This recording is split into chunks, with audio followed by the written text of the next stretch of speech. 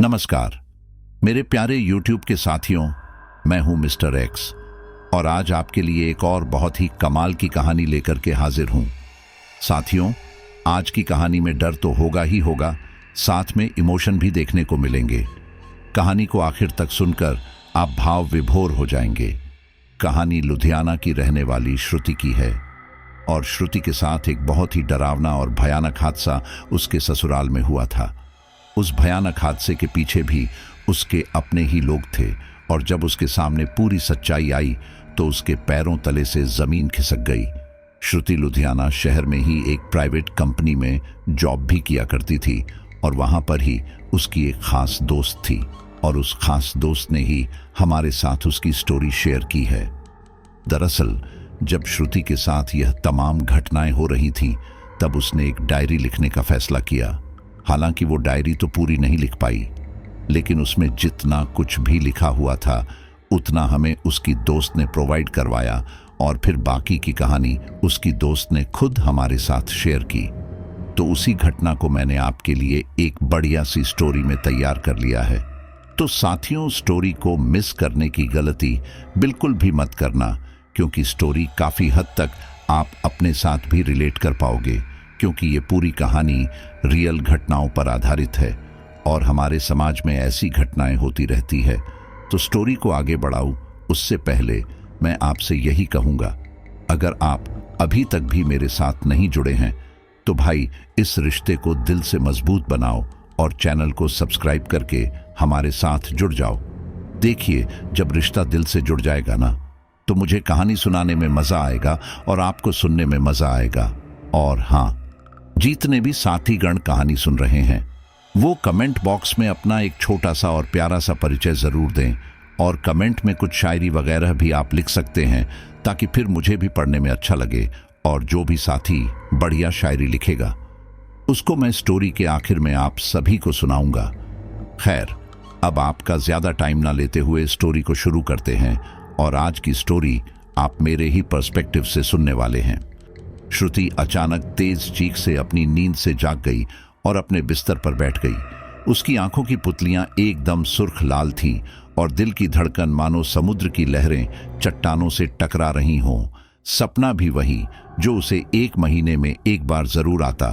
उसकी धड़कन तेज थी और उसने वही किया जो ऐसा सपना आने पर हर बार करती। उसके पैर एकाएक उठे और चलने लगे। अपने घर का पीछे वाला गेट खोला और पीछे वाले पुराने मकान में चली गई। वो मकान जो काफी समय से बंद था। घर के पीछे वाले गेट को खोलते ही एक छोटा सा आंगन आ जाता जो सूखे पेड़ के पत्तों से ढका रहता था। उस आंगन को पार करते ही पुराने मकान का मुख्य दरवाजा दिखाई देता, जिसे खोलते ही एक कमरा और उसी कमरे के दूसरे दरवाजे से मकान के पीछे का हिस्सा आ जाता। रात का ही समय था और करीब रात के 2 बज रहे थे। श्रुति के पैरों से जामुन के पेड़ के वे सूखे पत्ते दबते गए और उन पत्तों के दबने से एक अलग ही आवाज गूंजित हुई। उस पत्तों के आवाज में अलग ही भय सुनाई पड़ता था। श्रुति पीछे वाले हिस्से में एक पेड़ पर डला हुआ झूला, जिस पर पुराना टायर बंधा हुआ था, बैठकर झूलने लगी और बस बातें करने लगी जैसे उसके साथ कोई और भी है। वहीं पेड़ के नीचे कोई बैठा उससे बात कर रहा था। श्रुति कभी हंसती, कभी नाराज हो जाती और कभी बहुत गुस्सा करने लगती। उसके बातों से लग रहा था वो जिससे बातें कर रही है उससे कुछ पूछना चाहती थी और वो उसे बताना नहीं चाहता था। आखिर कौन था वो, और क्या श्रुति पागल थी या इसका और कोई कारण था? सुबह के पहले प्रहर में, मतलब लगभग 3 से 4 बजे के बीच, श्रुति अपने कमरे में आ जाती और सुबह सोती हुई मिलती। श्रुति की सास ने श्रुति को उठाया। बहू उठो, आज ऑफिस नहीं जाना क्या? 8 बज चुके हैं। श्रुति की आंखें सूजी हुई थी, जो महीने में एक बार सूज ही जाती थी। श्रुति धीरे से उठी और धीरे धीरे अपने काम करने लगी। श्रुति ने पहले अपनी सास को सब बताया था कि किस तरह उसे ऐसा सपना आता है, पर सास ने श्रुति के सपने और उसके खंडहर वाली बात पर ज्यादा ध्यान नहीं दिया और उसे हिदायत दी कि उधर कभी ना जाए। अब श्रुति किसी से कुछ नहीं कहती। कुछ बातें वो भूल भी जाती थी और कभी कभी उसे लगता जैसे सपना था। ऐसा सपना आने पर वो किसी अलग ही दुनिया में चली जाती थी और होश आने पर वो कुछ जागी सी, कुछ सोती सी नजर आती। श्रुति को इस घर में आए हुए 2 वर्ष होने को आए। श्रुति एक मध्यम वर्गीय परिवार से थी और उसके पापा की जनरल स्टोर की दुकान थी और वे 3 बहन थीं, जिसमें श्रुति सबसे बड़ी थी। बहुत मुश्किल से उसके लिए सही रिश्ता मिला था और उसके पिताजी पर और 2 बहनों की शादी का बोझ था। चूंकि श्रुति का मायका भी उसी शहर में था, तो श्रुति हफ्ते में एक बार जरूर अपनी माँ के यहाँ आ जाती थी। माँ पिताजी को कोई चिंता न हो, इसलिए उसने अपने ससुराल की बहुत बातें अपने मम्मी पापा से साझा नहीं की थी। आज भी श्रुति अपने ऑफिस पहुंची, जो एक टेलीकॉम कंपनी का ऑफिस था। श्रुति ने अकेली रहने पर यह नौकरी ज्वाइन की थी। ऑफिस बंद होने पर सीधे अपनी माँ के घर चली गई और श्रुति ने घर के बाहर ही खड़ी होकर अपनी माँ को फोन लगाया और 2 घंटी बजने के बाद श्रुति की माँ ने फोन उठाया। श्रुति बोली, क्या माँ, मैं कितनी देर से घंटी बजा रही हूँ, कोई भी गेट नहीं खोल रहा। कहाँ है सबके सब? जल्दी से गेट खोलो, मैं बाहर ही खड़ी हूँ। श्रुति की माँ बोली, अरे मैं छत पर आई थी, कुछ मसाले डाले थे छत पर सुखाने के लिए, आती हूँ, रुक अभी। और माँ ने नीचे आकर गेट खोला तो श्रुति फिर से नाराज हुई और बोली, कहाँ हैं सब? माँ ने श्रुति से कहा, आजकल दोनों को पानी पूड़ी खाने का शौक चढ़ गया है, रोज शाम को निकल जाती है। रुको, आने दो उन्हें, अभी देखती हूँ, मुझे छोड़कर अकेले अकेले। और दोनों हंसने लगी। श्रुति की माँ बोली, श्रुति तू खुश तो है ना? तेरा चेहरा देखकर मुझे लगता है जैसे कोई चिंता या कोई परेशानी है तुझे। श्रुति ने कहा, नहीं माँ, कोई प्रॉब्लम नहीं है, सब अच्छे हैं, बस 1-2 दिन में ये आने वाले हैं। सासू माँ से भी मुझे कोई परेशानी नहीं, आप बिल्कुल चिंता मत करो, मैं खुश हूं। श्रुति के पति अंकुर, जो सिक्योरिटी फोर्स में थे, 2-3 महीने में आते जाते रहते थे और घर में मम्मी और छोटे भाई की वजह से वे श्रुति को अपने साथ अभी नहीं ले गए थे। श्रुति का देवर पढ़ने में कम, दादागिरी में ज्यादा था, तो श्रुति की उससे बहुत कम बात होती थी। श्रुति के ससुर नहीं थे। कुछ देर बैठकर बातें ही कर रही थी कि श्रुति की दोनों बहनें आ गईं और दोनों खुशी से उछल गईं। दीदी, आप देखो, आज आपकी किस्मत अच्छी है, हमने सोचा आज माँ के लिए गोलगप्पे पैक करा लेते हैं और आप भी यहीं हो, आप दोनों खा लो, हम दोनों तो खाकर ही आए हैं। श्रुति ने अपनी माँ के साथ गोलगप्पे का आनंद लिया और थोड़ी देर गपशप करके अपने घर ऑटो से रवाना हुई। घर पहुंचकर उसने मुंह हाथ धोकर अपनी सास सुषमा देवी और अपने लिए चाय बनाई और दोनों ने साथ में चाय पी। सुषमा देवी धार्मिक प्रवृत्ति की महिला थी। वो हमेशा पूजा पाठ में लगी रहती, परंतु श्रुति को उनका पूजा पाठ सब ढोंग लगता था। श्रुति को न जाने क्यों उनकी बातों में छल और कपट दिखाई देता था। श्रुति चाय पीकर अपने रात के खाने में लग गई। किचन में काम कर रही श्रुति के कानों में सुषमा देवी की आवाज आई, बहू, आज क्या अपनी माँ के घर चली गई थी? श्रुति ने कहा, हाँ। श्रुति ने इतना ही जवाब दिया। सुषमा देवी ने कहा, इतना लेट नहीं होती, इसलिए मैंने सोच लिया था कि तुम अपनी माँ के घर ही गई हो। खैर, आने उन्हें कोई भी जवाब नहीं मिला। कल सुबह ही श्रुति के पति यानी अंकुर जी आने वाले थे। रात में श्रुति अपने पलंग पर लेट गई और अचानक ही उसका मन किया कि क्यों न मैं डायरी लिखूं और उस डायरी में मेरे साथ होने वाली उस घटना का भी मैं जिक्र करूं, जिसे बताने में मुझे लगता है कि कोई उसका विश्वास नहीं करेगा। इससे अच्छा है उसका मन भी हल्का हो जाएगा और कुछ याद भी बनी रहेगी कि क्या क्या होता है जब ऐसा सपना उसे अक्सर आता है। सबसे अच्छा है डायरी लिखना। श्रुति जल्दी से उठी और उसने अपने दराज में से एक डायरी निकाली जो उसी की कंपनी के प्रचार की थी और श्रुति ने लिखना शुरू किया। मैं श्रुति हूं। मेरी शादी को हुए लगभग 2 वर्ष हो गए। मेरे पति अंकुर फोर्स में है। उनका व्यवहार मुझे अभी तक समझ नहीं आया। कभी वे बहुत नाराज हो जाते, तो कभी बिना बात के ही चिड़चिड़ाने लगते, तो कभी झगड़ा होने की वजह ढूंढते। कभी कभी मुझे लगता वे मुझसे खुश नहीं, पर मुझे तो अपना जीवन यही निकलना था।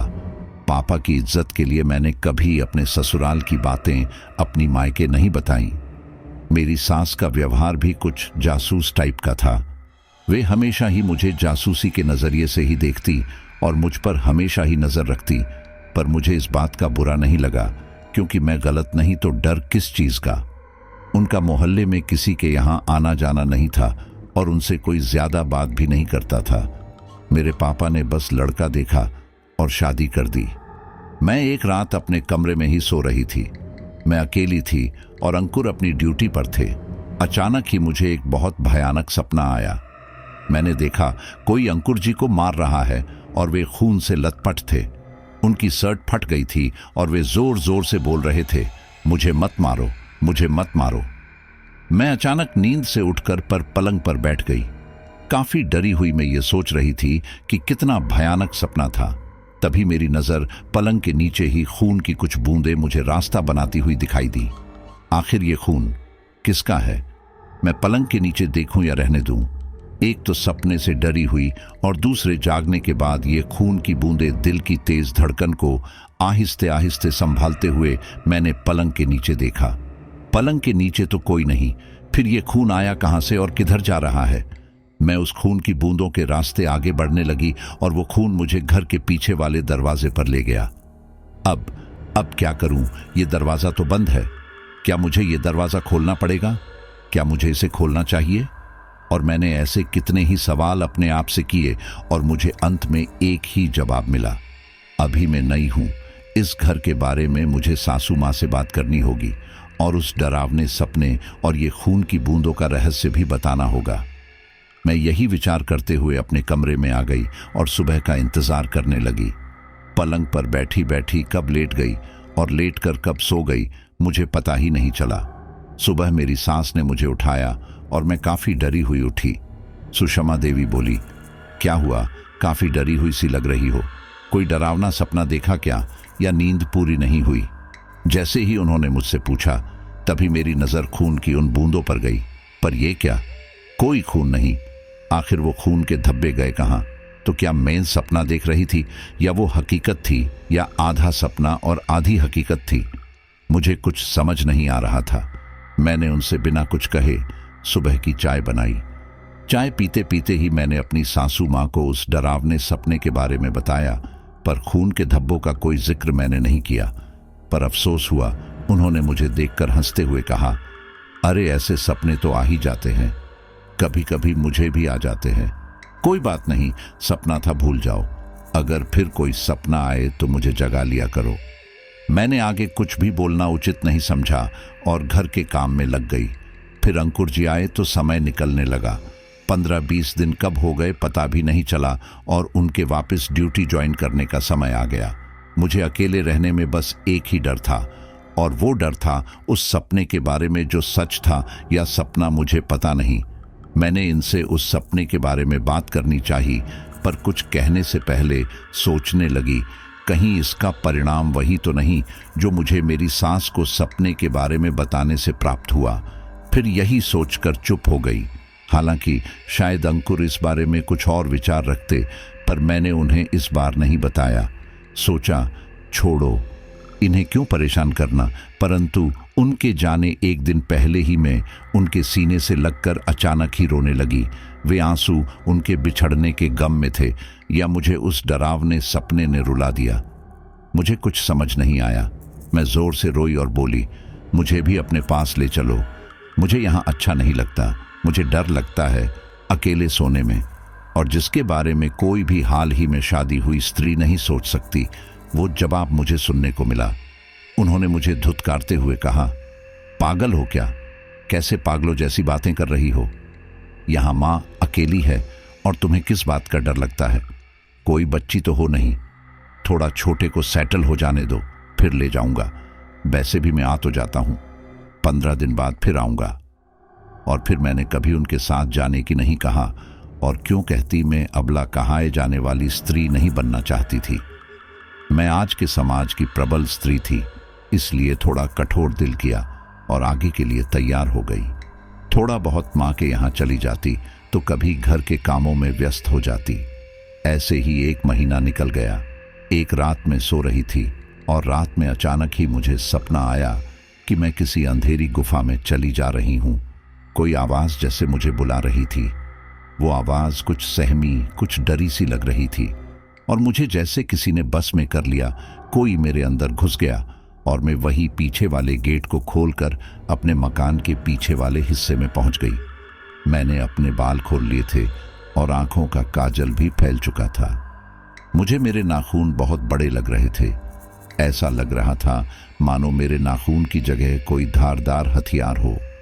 वहीं आंगन में लगा जामुन का पेड़ जैसे मुझे बुलाकर हंसने लगा और मैं उसके पास बैठ गई।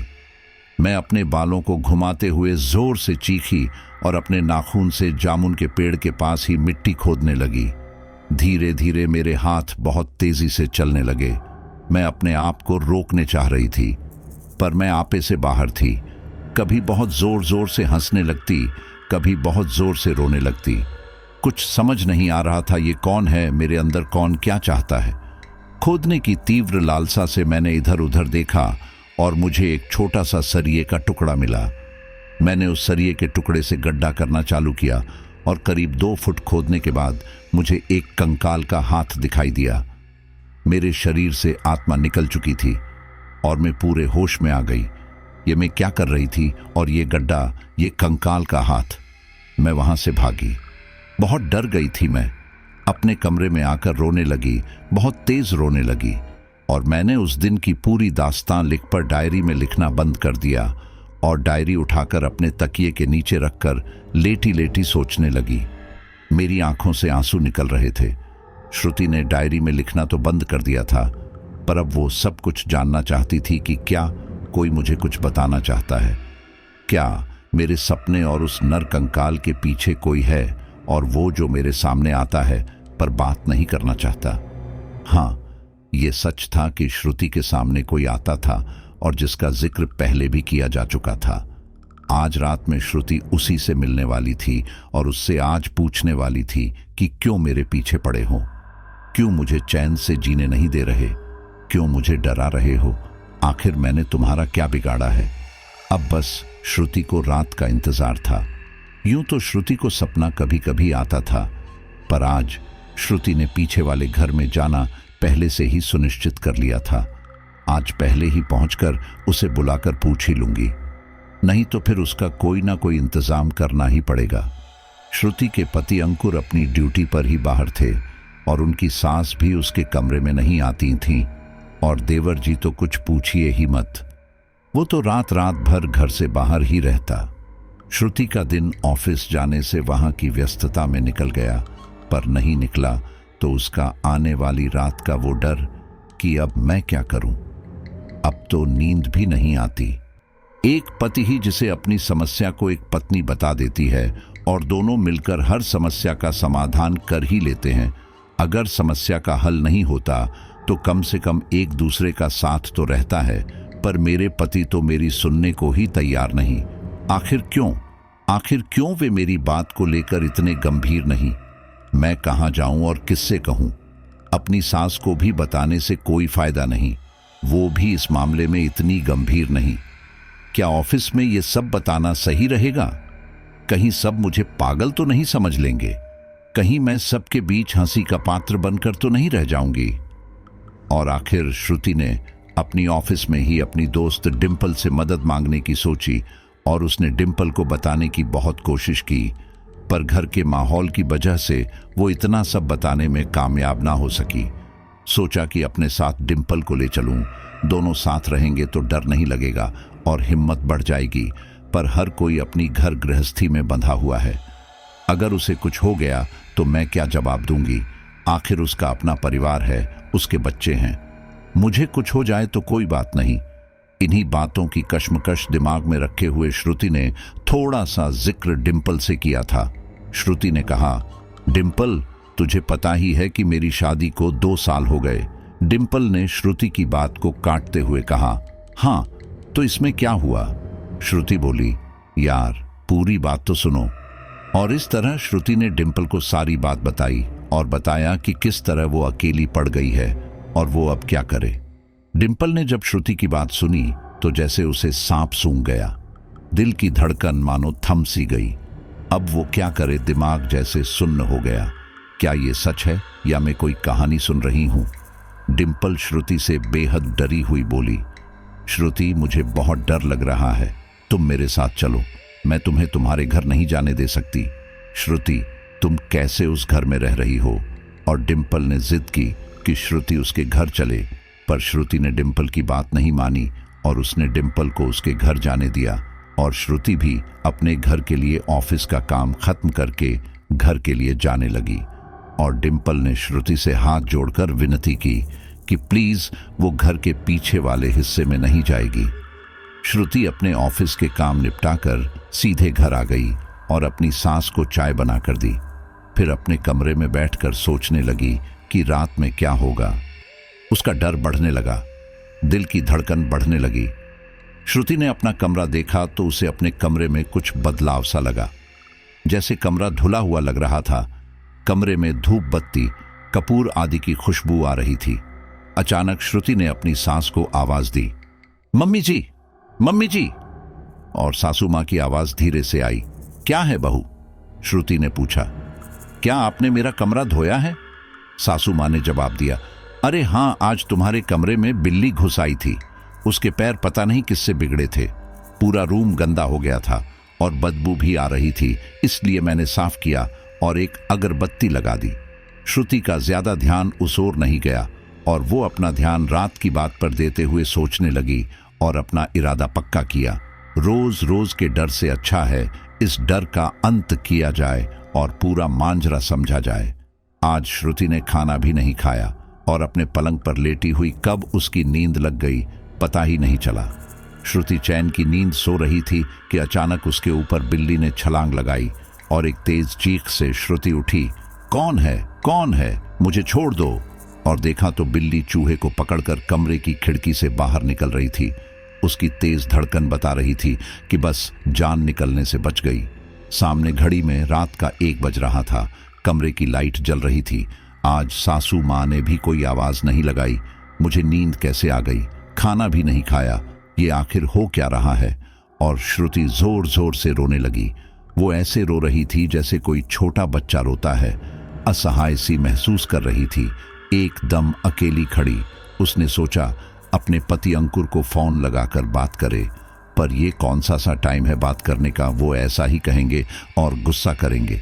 और जाने दिया। फिर अपने आप को हिम्मत दी, मोबाइल की टॉर्च चालू की और घर के पीछे वाले हिस्से में जाने लगी।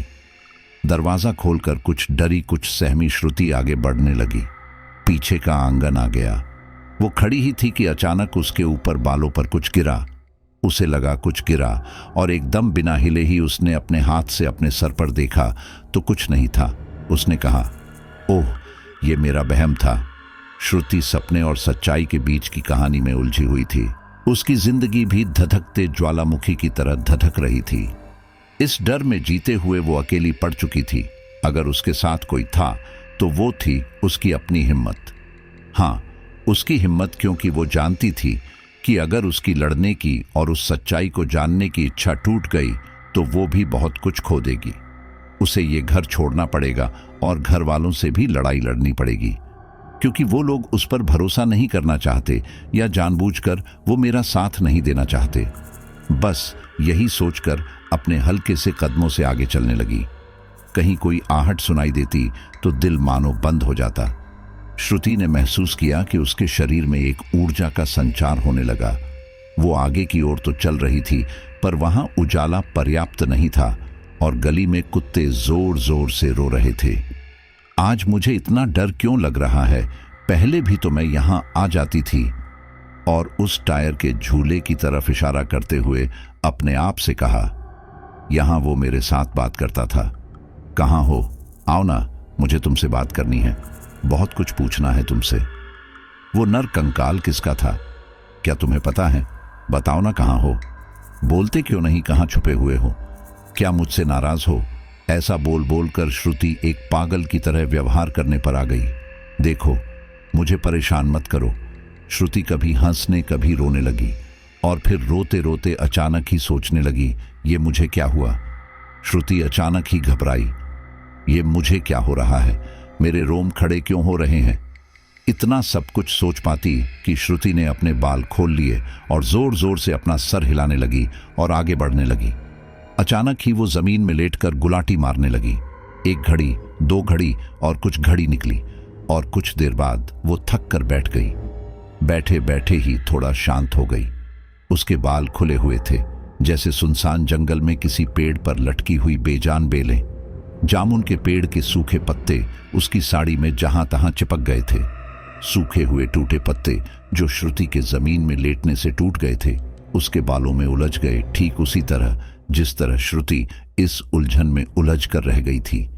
श्रुति की साड़ी उसके बस से बाहर हो रही थी।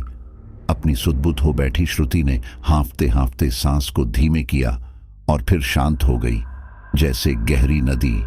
वो अपने घुटनों पर सर रखकर रोने लगी। वो एक छोटी सी बच्ची की तरह रो रही थी। अक्स से उसकी बेबसी झलक रही थी और श्रुति गुस्से में जोर से चिल्लाई, इससे तो अच्छा मैं मर जाऊं। हाँ, मार क्यों नहीं देते मुझे, खत्म कर दो। और फिर रोने लगी। उसका सर घुटनों पर फिर पहुंच गया। थोड़ी देर में उसे एहसास हुआ कि पैरों के पास जमीन पर कोई हरकत हो रही है।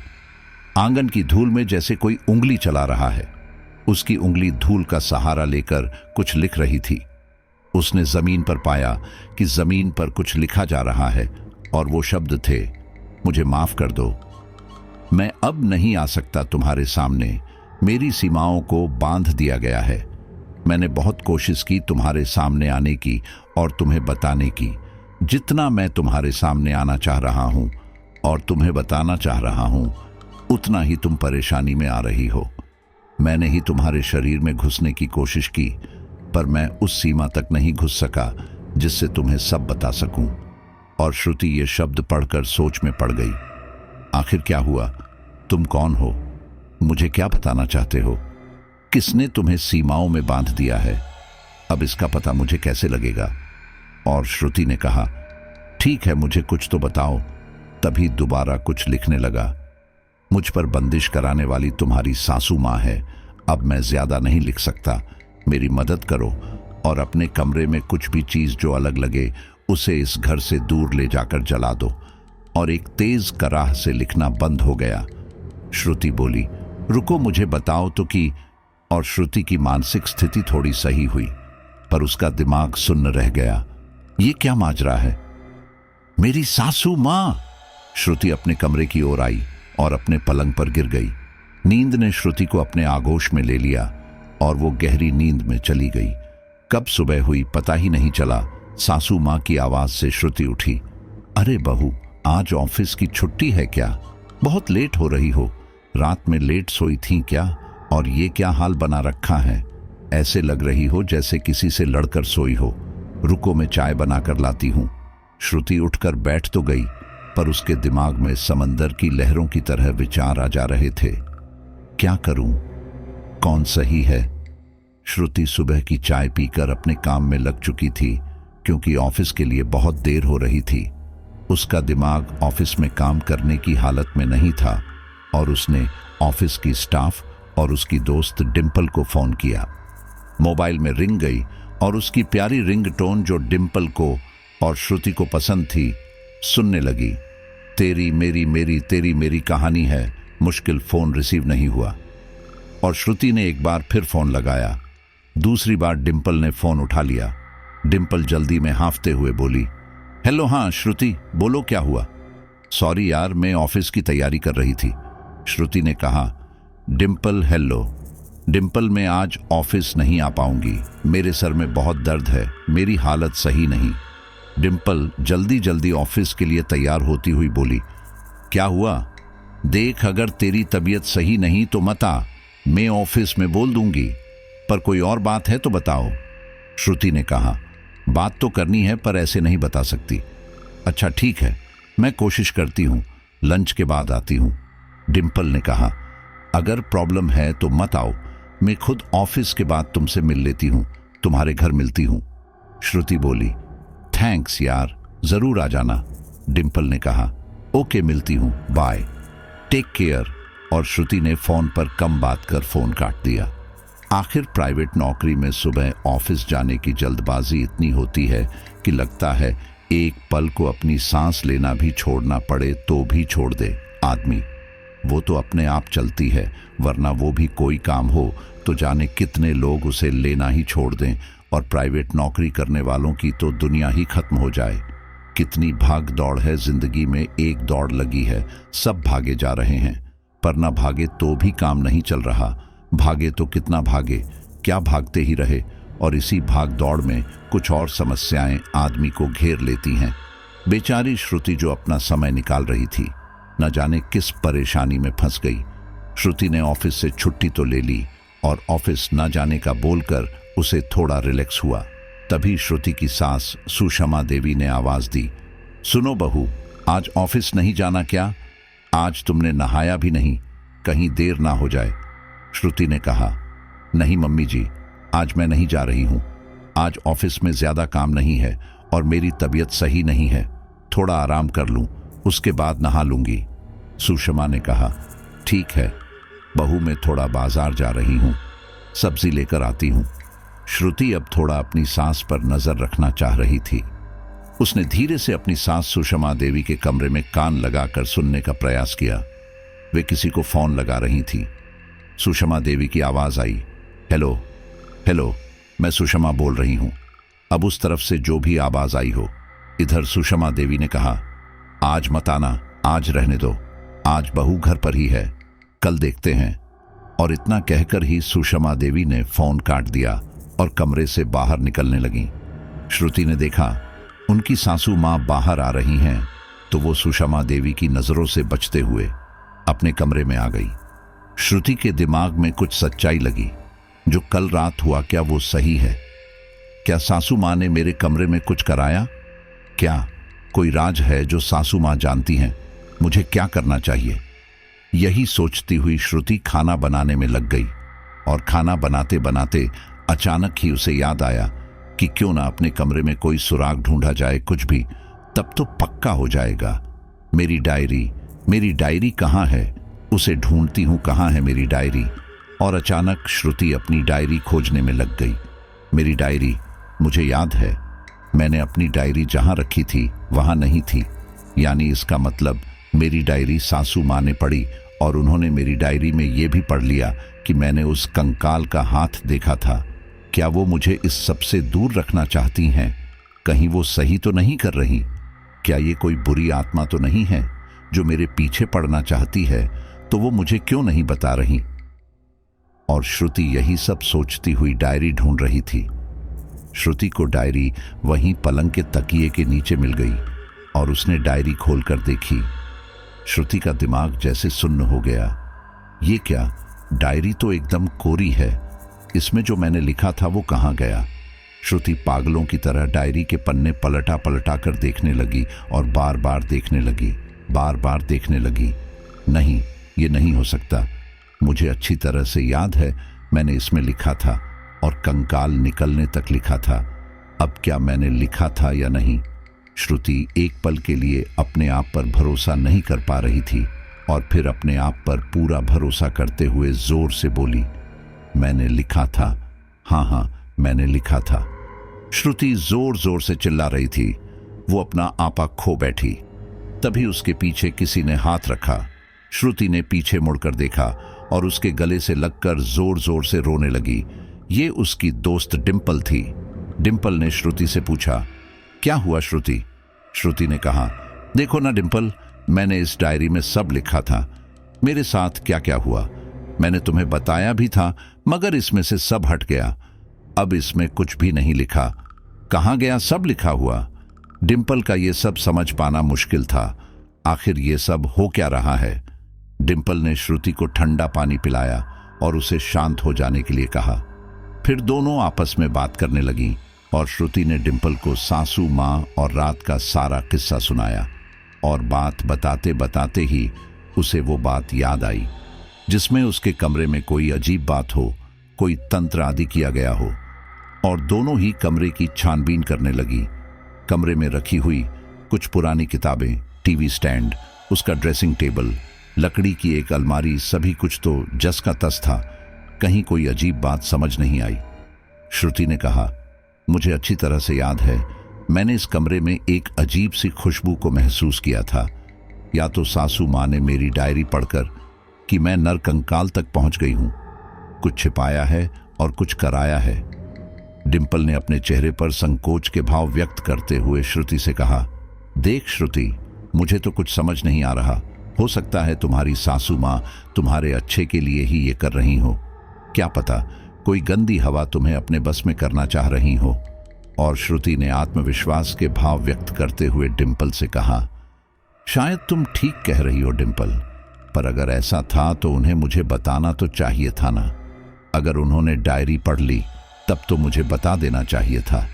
मुझे बताकर अगर मेरी मदद करती तो मुझे अच्छा लगता। और तभी दोनों कमरे में छानबीन फिर से करने लगी। बहुत खोजने के बाद भी जब कुछ समझ नहीं आया तो श्रुति की नज़र उसके कमरे के पंखे पर गई।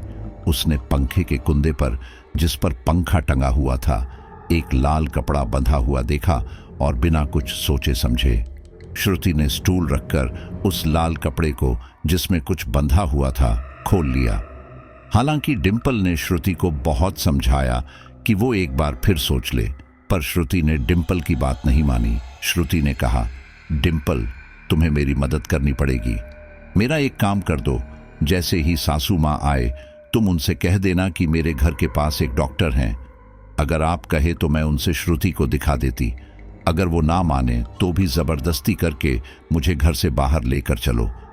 जो भी तुम्हें लगे वो कह देना, पर घर से बाहर लेकर चलो। ठीक है। वे दोनों आपस में बात ही कर रही थीं कि अचानक घर की डोरबेल बजी। श्रुति ने डिंपल से कहा, लगता है वो आ गई। डिंपल ने कहा, श्रुति तुम रुको, मैं गेट खोलकर आती हूं, तुम थकी हुई हो। और डिंपल अपनी साड़ी संभालते हुए घर के मुख्य दरवाजे की ओर बढ़ी। श्रुति अपने रूम में कुछ और भी परिवर्तन तो नहीं हुए ये चेक करने लगी। कहीं कुछ और भी तो नहीं छूट रहा मुझसे। श्रुति ने अपना ध्यान घर के मुख्य दरवाजे की ओर किया।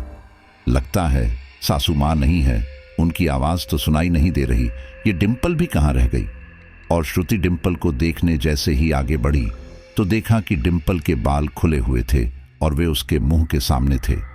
उसकी आवाज बदल गई थी, उसकी आंखें ऊपर चढ़ चुकी थीं और डिंपल भारी आवाज में श्रुति से बोली, हाँ जल्दी करो, जाओ जल्दी जाओ, उस कपड़े को किसी बहते हुए पानी में फेंक आओ। जाओ जल्दी जाओ, कहीं देर ना हो जाए, जाओ। डिंपल कहीं नाराज होती तो कभी काफी खुश हो जाती। वो खुश ऐसे हो रही थी कि उसके मुताबिक काम हो रहा है, और नाराजगी इसलिए कि काम जल्दी से जल्दी क्यों नहीं हो रहा है। श्रुति के जिस्म से जैसे एक पल को जान ही निकल गई। ये क्या हुआ? अब मैं क्या करूं? ये मैंने क्या कर दिया? मेरे चक्कर में कहीं डिंपल को कुछ हो गया तो मैं अपने आप को कभी माफ नहीं कर पाऊंगी। डिंपल सही कह रही थी, मुझे इस सब से दूर रहना चाहिए था। ये मैंने क्या कर दिया? अब तो चाहे ना चाहे मुझे इसकी बात माननी ही पड़ेगी, क्योंकि ये कहीं डिंपल को कुछ कर ना दे। और अचानक ही डिंपल जोर जोर से हंसने लगी। उसकी हंसी में एक डर था, शायद उसका काम पूरा हो रहा था। श्रुति ने कहा, ठीक है, पर मेरी दोस्त को छोड़ दो, मैं जा रही हूं, तुम्हारा काम हो जाएगा। और एक पल में ही डिंपल अपने वास्तविक रूप में आ गई। डिंपल बोली, श्रुति तुम रो क्यों रही हो? क्या हुआ? श्रुति ने कहा, कुछ नहीं डिंपल, तुम घर जाओ, तुम्हारे बच्चे परेशान हो रहे होंगे। और श्रुति ने डिंपल को घर भेज। श्रुति के मन में विचारों का मंथन चल रहा था और उसने अपनी स्कूटी चालू की। एक छोटी सी थैली में श्रुति ने उस लाल कपड़े को रख लिया और अपने पर्स में टांग कर बाहर निकलने की तैयारी कर ली। तभी अचानक श्रुति को उसकी सासू माँ आते हुए दिखाई दी। श्रुति के जैसे चेहरे की हवाइयां उड़ गईं। सासू माँ ने श्रुति के पास आकर कहा, क्यों बहू, कहीं जा रही हो क्या? श्रुति ने कहा, हाँ मम्मी जी, थोड़ा सा काम है, बस अभी आती हूँ। और श्रुति अपनी स्कूटी चालू करके बाहर निकल गई। वो उस जगह जल्दी से जल्दी जाना चाहती थी जहां उसे बहता हुआ पानी मिल जाए, और ऐसी जगह उसके घर से थोड़ी दूर थी, लगभग 20 मिनट की दूरी पर। श्रुति के रास्ते में जाते हुए एक बिल्ली ने रास्ता काटा और श्रुति ने अपनी गाड़ी के ब्रेक लगा दिए। उसके दिमाग में आया, ये तो अपशगुन है, कहीं सब गड़बड़ ना हो जाए। क्या मैं सही कर रही हूं? इसे ले जाकर वहीं बांध दूं। मुझे सासू माँ से बात करनी चाहिए थी। श्रुति ने गाड़ी रोकी और कुछ विचार कर उस कपड़े में बंधी हुई गांठ को देख रही थी। फिर सोचा, क्या करूं? कुछ डरी, कुछ सहमी, कुछ अपने ससुराल से दुखी, अपने आप को अकेला सा महसूस करती हुई श्रुति सुन्न हो गई थी। उसने अपना मन दृढ़ कर, उस कंकाल को याद कर, अपने रात की परेशानियों को याद कर, श्रुति ने उसे पानी में ठंडा कर दिया। श्रुति के पहने हुए लाल शूट की तरह ही वो गांठ पानी में गिरते ही पानी के रंग को भी लाल कर गई। उस लाल रंग को देखकर श्रुति की आंखें भी लाल हो गई और उसे अपने आप में लगने लगा कि उसने जो भी किया सही किया और वह बकरियों के झुंड की तरह अपने विचारों को अपने मन मस्तक में भरे हुए अपने घर आ गई। एक बार फिर विचार आया, उसे लगा कि वह सही कराई, जो भी सासू माँ ने किया गलत किया था। बार बार उसके दिमाग में सही गलत की बात समुद्र की लहरों की तरह आ जा रही थी।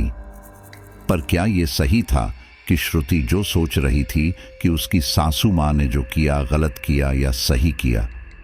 इसका पता तो रात रोने पर ही चलता। श्रुति ने कपड़ा फेंक दिया और स्कूटी से अपने घर आ गई। वो अपने कमरे में आराम करने लगी। श्रुति थोड़ी झपकी ही लेने वाली थी कि उसके मोबाइल की घंटी बज उठी। अपने सर पर हाथ फेरते हुए श्रुति ने फोन उठाया और उधर से डिंपल ने हेलो कहा। हेलो श्रुति, क्या हुआ? क्या तूने वो कपड़ा पानी में ठंडा कर दिया? क्या कोई परेशानी तो नहीं आई? मुझे बहुत डर लग रहा है, तुम मुझे सारी बात बताओ। श्रुति ने कहा। डिंपल, तुम घबराओ मत, मैंने काम कर दिया है। अभी कोई बात नहीं, मैं अभी सही हूं। अभी थोड़ा आराम कर रही हूं। तुम्हें बाद में बात करती हूं। जब मैं आई तब सासू माँ नहीं थी, अभी मैं उनसे मिली नहीं। देखती हूं क्या कहेंगी। जो भी बात होगी मैं उसका जवाब देने के लिए तैयार हूं। तुम चिंता मत करो, तुम्हें सब बता दूंगी। अब फोन रखती हूं, बाय। रात हो चुकी थी और श्रुति ने रात में सोने का निश्चय किया। सासू माँ देर रात तक नहीं आई। श्रुति अपने पलंग पर लेट चुकी थी और एक झपकी लेने पर उसे अंदर से खटपट की आवाज सुनाई दी। श्रुति ने अपने दबे पांव से घर में आ रही खटपट की ओर चलना प्रारंभ किया। श्रुति ने खिड़की की ओर से देखा तो उसकी सास माँ कुछ खोज रही थी। ये क्या खोज रही हैं? श्रुति के मन में जितनी जल्दी विचार आया उससे पहले ही उसका जवाब भी। जरूर ये वहीं बंधा हुआ सामान ढूंढ रही हैं। और श्रुति चुपके से पर्दे की आड़ से सासू माँ के किए हुए कारनामे देखने लगी। सासू माँ ने सब जगह देखकर जब टोटके को नहीं पाया तो वे अपने कमरे में दौड़ती हुई गईं और श्रुति भी उन्हीं के पीछे दबे पांव सासू माँ के कमरे में छिपकर देखने लगी। सासू माँ ने जल्दी ही फोन लगाया। हल्लो, सब गड़बड़ हो गई है, तुम जल्दी से कुछ करो, कहीं सब खेल खराब ना हो जाए। वो पगली अपने टोटके को कहीं लेकर गई जरूर। दूसरे हिस्से से आवाज आई। क्या बात कर रही हो? मैंने आपको समझाया था कि उस पर ध्यान रखना। अब जल्दी से मेरे कमरे पर आ जाओ और सुनो, अपनी बहू श्रुति की कोई साड़ी या सूट लेते आओ जो उसने आज कल पहना हो। श्रुति ने बहुत कोशिश की पर फोन से आने वाली आवाज को और ज्यादा ना सुन सकी और जैसे ही उनकी बात खत्म हुई सुषमा देवी ने फोन ऑफ किया। श्रुति जल्दी से उल्टे पैर अपने कमरे में दौड़ी और अपने कमरे में जाकर लेट गई। थोड़ा थकी हुई होने का नाटक करने का प्रयास किया। सुषमा देवी ने श्रुति के रूम का दरवाजा खटखटाया और बोली, बहू, बहू क्या सो रही हो? सुषमा देवी गेट खुला होने की वजह से खटखटाते हुए ही अंदर आ गईं और बोली, क्या हुआ? कहीं और गई थी क्या? थकी हुई सी लग रही हो। श्रुति ने कहा, नहीं मम्मी जी, आज ऑफिस में एक फाइल नहीं मिल रही थी, उसे ढूंढने में और टेंशन की वजह से सर दर्द करने लगा। अब सुषमा देवी को जिस चीज की जरूरत थी वो कैसे प्राप्त की जाए? अब श्रुति थोड़ी ज्यादा जागरूक थी और सुषमा देवी को अपना मकसद पूरा करना था। तभी उनकी किस्मत ने उनका साथ दिया और श्रुति के फोन की घंटी बजी। श्रुति ने पलंग पर पड़े हुए फोन को उठाया। श्रुति ने उत्सुकता से जवाब दिया, अरे माँ का फोन। हाँ माँ, उधर से आवाज आई, बेटी तुम्हें फोन लगाया था तब लगा नहीं, क्या तू अभी घर आ सकती है? एक बात बतानी है, बस जल्दी आ, और हाँ साड़ी पहन कर आना। श्रुति ने कहा, माँ अभी मैं नहीं आ सकती, मेरा मन कहीं भी जाने का नहीं कर रहा है और ऐसा क्या काम है जो मुझे वहीं आकर पता लगेगा, बताओ। और श्रुति अपनी सास सुषमा देवी के सामने बात करने में थोड़ी झिझक रही थी तो सामने ही गैलरी में माँ से बात करते हुए निकल आई। सुषमा देवी के जैसे मृत शरीर में पुनः खून का संचार हो गया और फुर्ती से श्रुति का पहना हुआ सूट ढूंढने लगी। उन्हें ज्यादा देर सोचने में नहीं लगानी पड़ी, क्योंकि कुटिल और छली व्यक्ति का दिमाग ज्यादा सोचने की शक्ति रखता है। वो श्रुति के बाथरूम में घुस गई और एंगल पर टंगा हुआ लाल सूट उन्होंने अपनी साड़ी के पल्लू में छुपा लिया। सुषमा ने कहा, श्रुति बेटा, मैं सब्जी लेने और टहलने जा रही हूं, तुम यही रहना, और अगर अपनी माँ के यहाँ जाना है तो लॉक कर जाना, मैंने दूसरी चाबी रख ली है। इधर श्रुति की बात पूरी हुई, जो इस निष्कर्ष पर पहुंची कि बस आधा घंटे के लिए ही वो आ सकती है। श्रुति ने अपने आप से बात करना चालू किया, ये माँ भी ना कभी कभी बहुत जिद करती हैं, अब बता तो देती कम से कम कि किस काम के लिए मुझे बुलाया जा रहा है। चलो चलकर ही इनकी खैर लेती हूं। श्रुति अपने कमरे में रखी हुई अलमारी से साड़ी पसंद करते हुए कौन सी साड़ी पहने, ये माँ भी ना, अब साड़ी पहन कर आना ये भी कोई बात है। जैसे तैसे साड़ी तो पसंद आ गई और पहन भी ली। बाथरूम में गई और मुंह हाथ धोकर चेहरे पर क्रीम लगाती हुई श्रुति बड़बड़ाने लगी, अब देखो सासू माँ को भी अभी जाना था, हर रोज घूमने कहीं सब्जी लेने, चलो अब ताला लगाकर मैं निकलती हूं। श्रुति ने घर के मुख्य दरवाजे का ताला लगाया और अपनी स्कूटी चालू की। अपनी माँ के घर पहुंची और सीधे घर के अंदर पहुंचकर अपनी माँ से बोली, क्या माँ, क्यों बुलाया मुझे? उसकी माँ ने कहा, तेरी बहन को देखने वाले आ रहे हैं आज, तेरे ऑफिस की वजह से हमने शाम को बुलाया, इसी शहर के हैं। श्रुति की खुशी का ठिकाना नहीं रहा। सच माँ? अरे वाह, ठीक है, तुमसे तो मैं बाद में बात करूंगी, पहले अपनी छुटकी को देख लूं। अचानक ही श्रुति को जाने क्या हुआ और उसे अपने बाथरूम के भीतर का हिस्सा याद आया। अरे मैंने तो बाथरूम में एंगल से अपना शूट टांगा हुआ था, शूट तो वहां था नहीं, शूट कहां गया? श्रुति अचानक बड़बड़ाई, मेरा शूट। और वो पागलों की तरह अपनी छोटी बहन से सवाल जवाब करने लगी। छुटकी, मेरा शूट तो बाथरूम में नहीं था, फिर कहां रखा था मैंने? मुझे याद है, मैंने उसे वहीं टांग दिया था। श्रुति की बहन बोली, दीदी ऐसे क्यों घबरा रही हो, शूट ही तो है, कौन सा सोने का हार खो गया है, वहीं होगा। श्रुति बोली, छुटकी मेरा दिल बहुत घबरा रहा है, मुझे जाना होगा, पता नहीं मेरे शूट का कहीं गलत इस्तेमाल तो नहीं हो रहा। श्रुति के मन में फिर विचार आने लगे, सासू माँ किस लिए आई थीं? मेन बालकनी में बात कर रही थी, तब वो क्या कर रही थी? श्रुति का मन अब किसी भी काम में नहीं लग रहा और वो जल्दी से अपनी माँ के पास आई और बोली, माँ, मुझे बहुत जरूरी काम याद आया है, अभी मुझे जाना होगा। श्रुति की माँ ने श्रुति को डांटते हुए कहा, अरे ऐसा क्या काम पड़ गया, अभी रुक, वो लोग आने ही वाले हैं, बस थोड़ा सा रुक जा, भला ऐसा क्या काम है, अभी तो ऑफिस का टाइम भी नहीं है, बता क्या काम है? श्रुति ने कहा, माँ मुझे अभी जाने दो, मैं सब आकर बताऊंगी, बस ये समझ लो मेरा जाना बहुत जरूरी है। माँ ने कहा, ठीक है, मैं सब संभाल लूंगी, जा तू अपना काम कर। इतना कहते हुए ही श्रुति ने आव देखा न ताव और अपनी स्कूटी पर बैठकर वो अपने घर रवाना हुई। घर पहुंचकर उसके घर के पास से जाती हुई एक महिला को उसने टोका, आंटी जी, क्या आपको पता है मम्मी जी कहाँ गई हैं? उस महिला ने कहा, मुझे नहीं पता बहू, हाँ पर वो सुंदर नगर के मंदिर में जरूर जाती रहती हैं। बहू मैं तुमसे कुछ बात करना चाहती थी, आज मौका मिला है तो बता देती हूँ। तुम अपनी सास पर नजर रखा करो, वो तंत्र टोटके में बहुत रहती हैं। अगर तुम कहो तो मैं तुम्हें उस पुजारी के यहाँ ले चलती हूँ, पर मैं बाहर ही रह जाऊंगी। श्रुति का दिमाग चलना बंद हो गया, अब क्या किया जाए, वहां जाना सही है या रहने दूं? मुझे इससे क्या, वो जो कर रही हैं करने देती हूं। आंटी जी बोली, क्या सोच रही हो, बोलो तो मैं रास्ता बता देती हूं। श्रुति ने अचानक ही विचार किया कि क्यों ना वो पता देख लिया जाए और श्रुति ने उन्हें पीछे बैठने के लिए कहा। दोनों मुख्य रोड से होती हुई कुछ सकरी गलियों में घुसकर एक कुछ पुराना मकान दिखा और आंटी ने उस मकान की तरफ इशारा किया, यही वो मकान है, इसी में वो बाबा रहता है।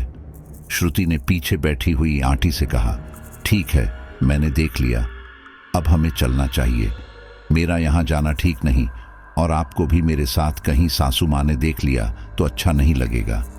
आंटी ने कहा, अगर तुम चाहो तो मैं तुम्हें अंदर लेकर चल सकती हूँ, हमें कोई नहीं देख पाएगा। चलो बहू, चलो अंदर चलते हैं। श्रुति ने कहा, नहीं आंटी चलिए, पीछे बैठिए, हमें चलना चाहिए। श्रुति को सब ठीक नहीं लगा और वो आंटी को पीछे बैठाकर अपने घर के लिए रवाना हो गई। दोनों घर पहुंच गई। आंटी ने श्रुति से विदा ली और श्रुति ने उन्हें बहुत इज्जत देकर शुक्रिया कहकर अंदर आने को कहा। आइए आंटी जी, चाय पी लीजिए, चाय बनाती हूं आपके लिए और मैं भी पी लूंगी। आंटी ने कहा, नहीं नहीं बहू, तुम पियो, मुझे अभी जाना है, देर हो गई, घर में सब इंतजार कर रहे होंगे। और आंटी चल गई। श्रुति के दिमाग शांत होने का नाम नहीं ले रहा था। बाथरूम में अपने लाल शूट को सभी जगह ढूंढा पर वो कहीं नहीं मिला। थोड़ा शांत मन करके चाय का पतीला गैस पर चढ़ा दिया और मुंह हाथ धोने बाथरूम में चली गई। थोड़ी देर में चाय बनकर तैयार हुई। बैठकर चाय पीने ही वाली थी कि अचानक मेन गेट खुलने की आवाज आई। साफ सुनाई आया कि गेट धीरे से खोला जा रहा है बिना आवाज किए। श्रुति अब काफी सतर्क थी। चुपके से उसने देखा तो घूसर पुसर की आवाज उसके कानों तक आ गई। गेट के पीछे ही देखने और सुनने का प्रयास किया तो उसके रोम रोम खड़े हो गए। सासू माँ से वहीं आंटी धीरे से बोल रही थी, मैंने तो बहुत कोशिश की वो अंदर आ जाए, उसने मेरी एक ना मानी। और सुषमा देवी आंटी को आंखें दिखाकर जैसे डरा रही थी, तुम एक काम भी ढंग से नहीं कर सकी। क्या मतलब निकला? उसने जगह भी देख ली और अंदर भी नहीं गई, कहीं बाबा जी से मिलने अकेली ही ना पहुंच जाए। खैर जाने दो उन्हें, मैंने सब समझा दिया है। कुछ भी हो हमारा बचाव होना चाहिए। ठीक है, अब जाओ, मैं भी अंदर देख लूं क्या हो रहा है। श्रुति जल्दी से अपने कमरे में चली गई और सुषमा देवी श्रुति के कमरे में आई और बोली, क्यों बेटी, बहुत जल्दी आ गई? मैंने सोचा तुम्हें अभी समय लगेगा, इसलिए मैं आराम से आई। अगर हो सके तो मेरे लिए एक कप चाय बना दो, बहुत हाथ पैर दुख रहे हैं। बिना कुछ कहे श्रुति उठकर चाय बनाने चली गई। चाय बनाते बनाते विचार आया, क्यों ना अपने शूट के बारे में चर्चा की जाए। मेरा शूट कहाँ है? कहाँ ले गई थी आप? नहीं नहीं, ये सही नहीं होगा, प्यार से पूछना सही रहेगा। माँ जी, क्या आपने मेरा शूट देखा? मिल ही नहीं रहा। हाँ, यही सही रहेगा। पहले प्यार से पूछती हूँ, पर कर भी क्या सकती हूँ, प्यार से ही पूछना होगा। थोड़ी सी नाराजगी और मेरे लिए ही आफत, अभी ही फोन आ जाएगा। तुमने माँ से क्या कहा? क्यों बहुत बदतमीज हो गई हो? चाय बनाकर सोफे पर बैठी हुई सासू माँ को चाय रखती हुई श्रुति ने पूछा। मम्मी जी से मेरा लाल शूट नहीं मिल रहा, क्या आपने देखा?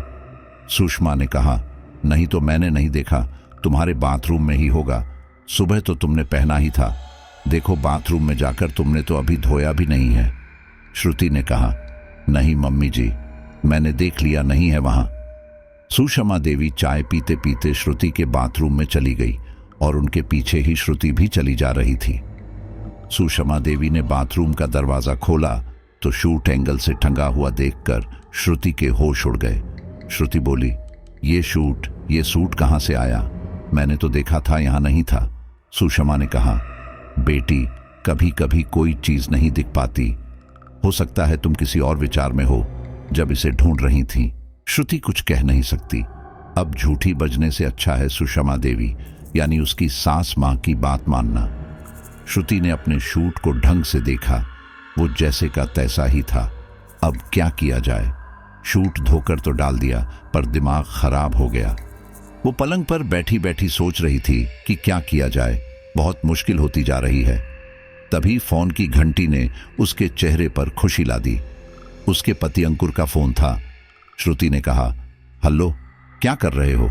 अंकुर ने कहा, कुछ नहीं, पहले कोई चीज ढूंढ तो लिया करो ढंग से। श्रुति एक पल में ही समझ गई कि मम्मी जी ने शूट की चर्चा अपने बैठे से कर दी और अब मुझे डांट लगेगी, सुनना पड़ेगा। कह भी नहीं सकती कि सासू माँ क्या क्या और क्यों कर रही हैं। बिना कुछ हाल चाल पूछे ही पति अंकुर ने फोन रख दिया और श्रुति अपने आंसुओं को रोक न सकी, जिसके लिए अपने माँ बाप को छोड़कर अनजाने आदमी के साथ जीवन जीने का फैसला किया। वो कुछ सुनने समझने को तैयार नहीं और प्यार के दो शब्द भी नहीं। इससे तो मर जाना ही अच्छा है, जीवन लीला खत्म कर देती हूँ। तभी एकदम अपने आप को हिम्मत देती हुई श्रुति ने अपने मन में विश्वास पैदा किया। अपने आप को सभी साबित किए बिना कुछ नहीं। अपने मम्मी पापा के लिए मुझे लड़ना होगा, पर किससे और क्यों? रात के लगभग 8 बज चुके थे और दिमाग में समुद्र के तट के किनारे पर जैसे उसकी लहरें हिलोरें लेती हैं, ऐसे ही लहरें श्रुति के दिमाग में विचारों की ले रही थीं। वह कभी पलंग पर बैठती, कभी पलंग से अचानक उठ जाती, कभी अपने शूट की चुनरी को मुंह में लेकर दांतों से काटती, तो कभी यह भूल जाती कि उसे प्यास लग रही है। उसका गला सूख जाता, तब उसे याद आता कि उसे पानी पीना चाहिए। श्रुति किचन में गई। उसे बिल्कुल भूख नहीं लग रही थी, फिर भी श्रुति अपने लिए एक प्लेट में थोड़े से दाल चावल लेकर आई ताकि अच्छी नींद आ जाए और वो चैन से सो जाए। एक गिलास पानी का भरकर उसने अपने पलंग के पास ही टेबल पर रखा और रिमोट से टीवी चालू की। टीवी देखते देखते खाना खाने के लिए जैसे ही उसने शुरुआत की, घर के मुख्य दरवाजे की घंटी बजी। श्रुति ने थोड़ा इंतजार किया कि शायद सासू माँ गेट खोल देंगी, पर थोड़ी देर बाद ही दोबारा घंटी बजने पर श्रुति गेट खोलने चली गई। गेट खोलते ही सामने अंकुर जी अपने पति को पाया और बोली, अरे आप अब और कैसे? आपने मुझे बताया भी नहीं। अंकुर ने जवाब दिया, क्यों? अपने घर आने के लिए भी तुम्हें बताना होगा क्या? श्रुति ने उसकी इस बात को नजरअंदाज करते हुए कहा, अरे मेरा ये मतलब नहीं था। आपका घर मेरा कुछ थोड़े ही है। जब भी आओ, जब भी जाओ। अपना खाना प्लेट में रखा हुआ छोड़कर श्रुति ने कहा, आप मुंह हाथ धो लीजिए, मैं आपके लिए खाना लगा देती हूं। अंकुर ने कहा, नहीं, मैं खाना नहीं खाऊंगा, खाना खाकर आया हूं। और अंकुर बाथरूम में फ्रेश होने चला गया। श्रुति ने दाल चावल खाकर अपने रूम में चले जाने से पहले अंकुर का इंतजार किया।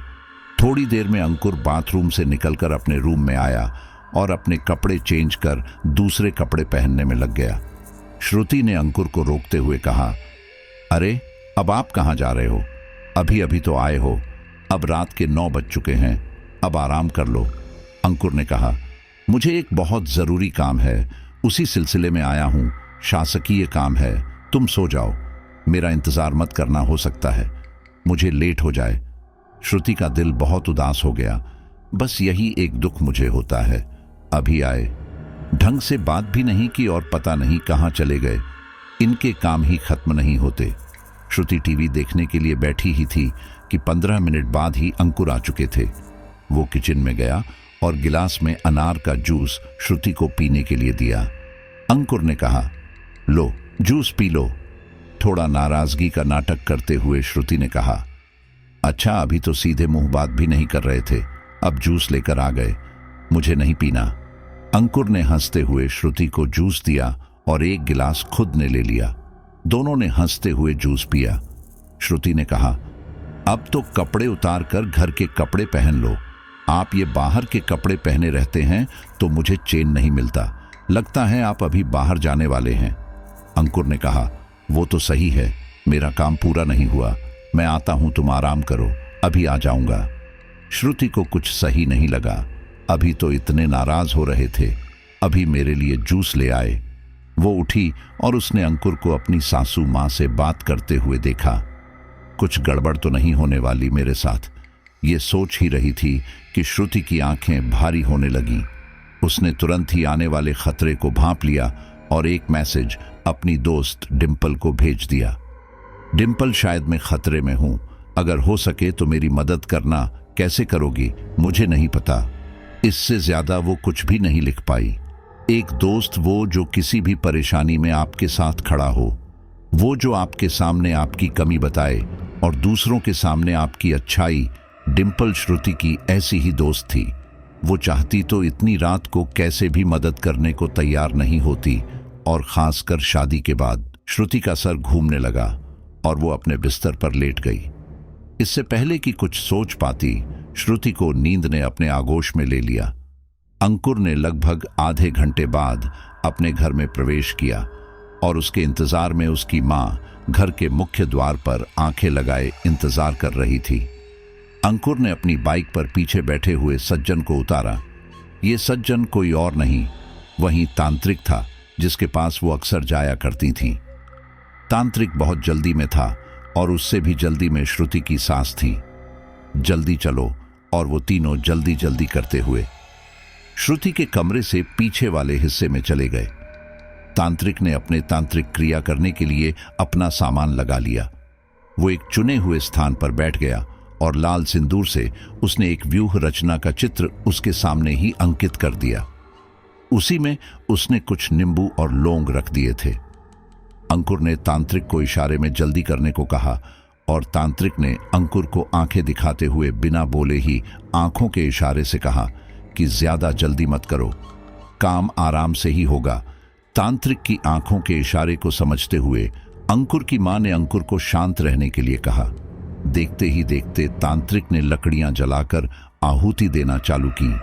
जैसे ही एक आहुति उसने अग्निकुंड में डाली, श्रुति की सांस ऐसे बाहर निकली जैसे न जाने कितने दिनों से दबी हुई थी। श्रुति की सांस सुषमा देवी के हाथ पांव फूलने लगे। उनकी सांस तेज तेज चलने लगी। अंकुर ने उन्हें हिम्मत से काम लेने का इशारा किया, परंतु वो नाकामयाब साबित हुआ और श्रुति के कानों के पास जोर से एक आवाज गूंजी, अब तो उठ जाओ, कब तक सोती रहोगी। अचानक ही श्रुति की दोनों आंखें खुल गई और वो पलंग पर सीधी खड़ी हो गई। मदहोश सी श्रुति गुस्से में कमरे के पिछवाड़े में घुस गई, जहां वो अक्सर जाया करती थी, जहां अंकुर और तांत्रिक अपने काम में व्यस्त थे। वो ऐसे चल रही थी जैसे कोई मतवाला हाथी चलता है। तांत्रिक अपने आसन पर जोर शोर से मंत्र पढ़ रहा था और श्रुति, जिसके बाल बिखरे हुए थे, उसकी आंखों में खून उतर रहा था। जोर से चीखते हुए उसने तांत्रिक की छाती में लात मार दी। तांत्रिक जैसे आसन लगाए हुए था, वैसे ही मुंह के बल गिरा। उसकी दोनों टांगे ऊपर और गर्दन नीचे हो गई और उसकी लुंगी दोनों टांगे ऐसे दिखाने लगी जैसे एक तंबू तेज आंधी में उड़ जाता है और उसके बांस खड़े रह जाते हैं। श्रुति की सांस श्रुति के सामने गिड़गिड़ाने लगी और अंकुर ने श्रुति पर पास ही रखे एक फावड़े से पीछे से वार किया। श्रुति के सर से खून की धार बहने लगी। खून की धार में ही श्रुति ने अंकुर की गर्दन पकड़ ली और जोर से उसका सर जमीन पर पटक दिया। दोनों को देखकर लग रहा था कि जैसे वो एक दूसरे के दुश्मन हो। तभी अचानक श्रुति की सास ने एक धारदार चाकू अंकुर को दिया और इशारा किया कि खत्म कर दे इसे। अंकुर ने चाकू श्रुति के पेट में घुसेड़ने के लिए मारा ही था कि एक बंदूक की गोली अंकुर के हाथ पर लगी। अंकुर के छक्के छूट गए। ये गोली किसी और की नहीं बल्कि पुलिस इंस्पेक्टर ने मारी। डिंपल सही समय पर आ गई और उसने अपनी दोस्त को बचा लिया। दोनों को थाने ले जाकर पूछताछ हुई तो अंकुर ने बताया कि उसकी शादी पहले भी हो चुकी थी और उसकी पहली पत्नी का नाम आराधना था और वो एक गरीब परिवार की लड़की थी। परंतु मेरी माँ और मेरे मन में दहेज का लालच आ गया। चूंकि वो बहुत ही सीधी सरल स्वभाव की थी, इसलिए मुझे वो पसंद नहीं थी और हमने, यानी मैंने और माँ ने, हम दोनों ने मिलकर उसे मार डाला और ये सब उसका भाई जान चुका था। इसलिए उसे भी मौत के घाट उतारकर वहीं दफन कर दिया। और अंकुर पुलिस के सामने भभक भभक कर रोने लगा। कोर्ट की सुनवाई में दोनों माँ बेटे को जेल जाना पड़ा। अंकुर की पहली पत्नी और उसके भाई ने अपना बदला लेने के लिए श्रुति को माध्यम बनाया। आखिर बदला तो बदला होता है। आत्मा तब तक शांत नहीं हो सकती जब तक वो भटकती रहती है। बदला लेने के बाद दोनों शांत हो गए। श्रुति से उन्हें कोई शिकायत नहीं थी। आज श्रुति बेशक अकेली रहती है, पर खुश है कि किसी को न्याय तो मिला, चाहे दोषी उसके अपने ही थे। वो अपने पुराने दिन याद कर कर के बहुत उदास होती कि किस तरह उसने वो रात के दिन निकाले। श्रुति के घर वालों को यह सब पता चला तो उन्होंने उसकी तारीफ की, पर उसे ये सब अकेले अकेले झेलने के लिए डोटा। डिंपल, उसकी दोस्त, उसके साथ आज भी साथ थी और श्रुति को अचानक तेज चक्कर आने से वो उसे डॉक्टर पर ले गई, जहां पता चला कि श्रुति गर्भवती है। श्रुति खुश नहीं थी, पर डिंपल के समझाने पर उसने दुहक को खुशी में बदलने का निर्णय किया और अपने बच्चे को अच्छी परवरिश देने का फैसला किया। महीने पूरे होने पर श्रुति के लड़की ने जन्म लिया और उसे श्रुति ने अंकुर की पहली पत्नी के नाम पर आराधना नाम दिया। अंकुर और उसकी मां ने जेल से श्रुति को मिलने के लिए संदेश भेजा कि एक बार वो मिलने आए। श्रुति पहले सासू माँ से मिलने गई। वो श्रुति के सामने रो रही थी, गिड़गिड़ा रही थी। ये हमसे क्या हो गया? बेटी मुझे माफ कर दो, मैंने तुम्हें भी बहुत दुख दिए। अब समझ आया कि किसी को कष्ट देना क्या होता है। जब मेरे ऊपर गुजर रही है तब मुझे पता चल रहा है। बेटी यहाँ मुझे बिल्कुल अच्छा नहीं लगता और जोर जोर से रोने लगी। श्रुति से उनकी पीड़ा देखी नहीं गई और रोते हुए वहां से निकल आई। उसके बाद पुरुष जेल में अपने पति अंकुर से मिलने चली गई। वहां भी वही हाल था अंकुर का जो उसकी मां का था। श्रुति ने अपनी बेटी को दिखाया। अंकुर ने उसका नाम पूछा तो श्रुति ने झिझकते हुए कहा, आराधना। अंकुर के आंसू निकल आए। मुझे माफ कर दो आराधना। और फिर अंकुर रोने लग गया। समय निकलता गया और अंकुर और उसकी मां को जेल से पैरोल मिलने लगी। समय निकलता गया और अंकुर और उसकी मां का गुनाह जेल की दीवारों से सर पटक पटक कर धूल गया। तो साथियों, आज की हमारी ये स्टोरी यहीं पर कंप्लीट होती है और मैं बहुत बहुत धन्यवाद देना चाहूँगा डिम्पल को, जिन्होंने हमारे साथ ये स्टोरी शेयर की है। और मुझे पूरा का पूरा यकीन है कि ये स्टोरी आपको भी बहुत पसंद आई होगी। हालांकि काफ़ी कम लोग होंगे जो आखिर तक इस स्टोरी को सुन रहे होंगे। तो अगर आप आखिर तक सुन रहे हैं तो दिल से बहुत बहुत आभार और धन्यवाद। तो चलिए आखिर में हम आपको एक बढ़िया सी शायरी सुनाते हैं जो आपके ही बीच के एक साथी संजय मीणा, जो कि जयपुर से है, उन्होंने शेयर की है। तय किए हैं ज़माने ने ये जो दायरे मेरे ख्वाबों के लिए, मुझे इन दायरों को लांघ कर इस ज़माने पे मुस्कुराना है। बहुत बहुत धन्यवाद।